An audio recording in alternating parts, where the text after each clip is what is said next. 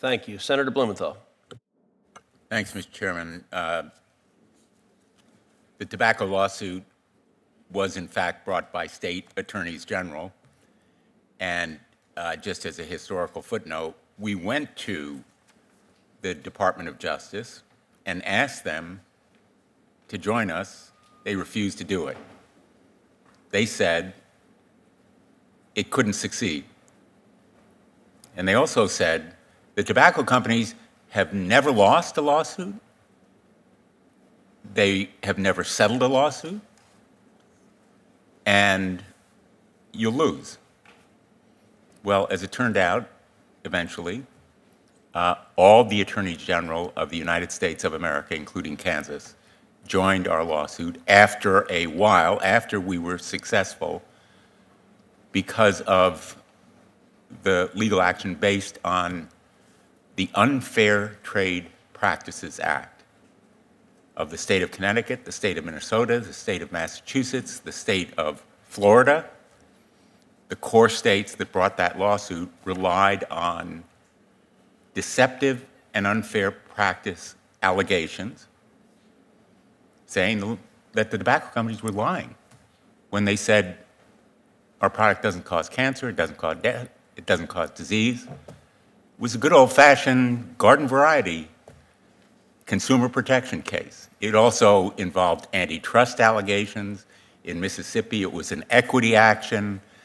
It's more complicated than I am describing it right now. But your state of Kansas, I think, is probably still getting money.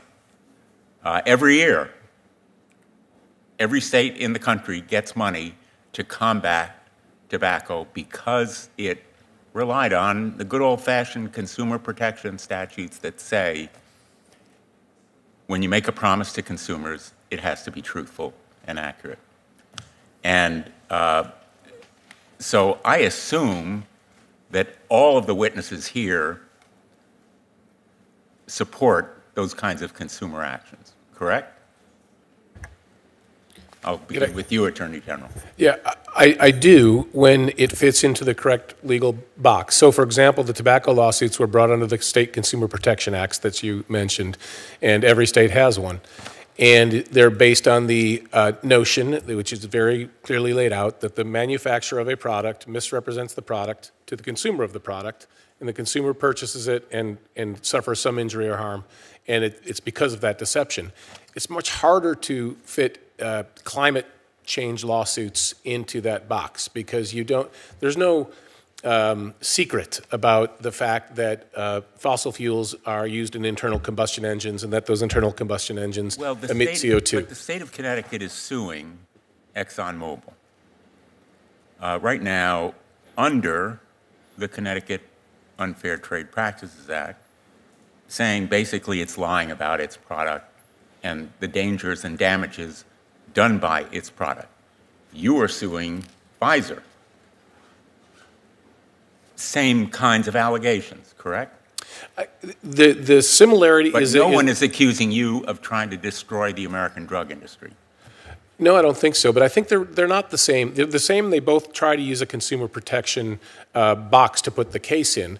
In the case of the Pfizer, they made certain representations about their product, and that turned out to be contrary to the information they had, and the individual took it to direct harm to himself.